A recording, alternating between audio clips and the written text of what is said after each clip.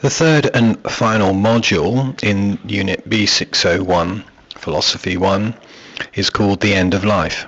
We looked at it from a Hindu point of view. So, to begin with again, we've got several technical terms that you need to be aware of, your A, B and C part questions. First of all, we've got the definition of a body. Body is a temporary material shell for the soul. The soul is an eternal spirit, eternal and indestructible. Hindus call the soul Atman. This is an eternal, indestructible spirit that is reborn or that can achieve moksha. Death is when the body ceases to function or work. There are three measures of when the body is ceasing to function or work. First of all, there would be no brain activity. Secondly, the heart would not be beating. And thirdly, there would be no nervous system activity. Life after death as a concept would be about how when the body decays, there continues to be spiritual life. For Hindus, this is either reincarnation or samsara, or alternatively moksha.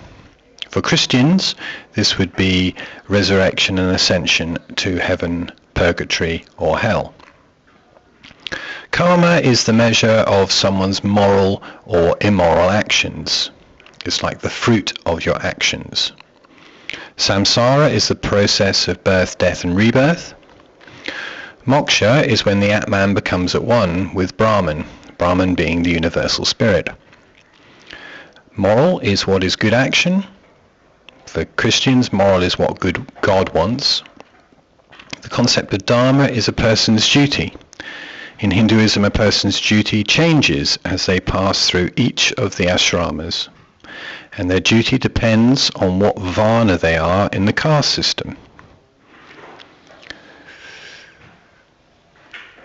Disinterested and unattached action is when people behave not to please their senses or their body, but because they want to achieve a good rebirth or achieve moksha.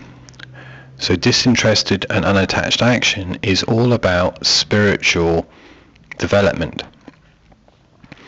Your varnashrama is your stage in the caste system and your status in life. Funeral is one of the rites or rituals that's done to get a person good karma, and it is the last of the samskaras. You need to remember that a rite, R-I-T-E, is a ritual or ceremony used at a special and formal occasion, and that the bereaved are the relatives of the person who has died. So quite a few technical terms there. Okay, moving on to the contents of the end of life. There are only three parts to this module. Firstly, we've got the body and soul. Secondly, we've got life after death. And thirdly, we've got funeral rites.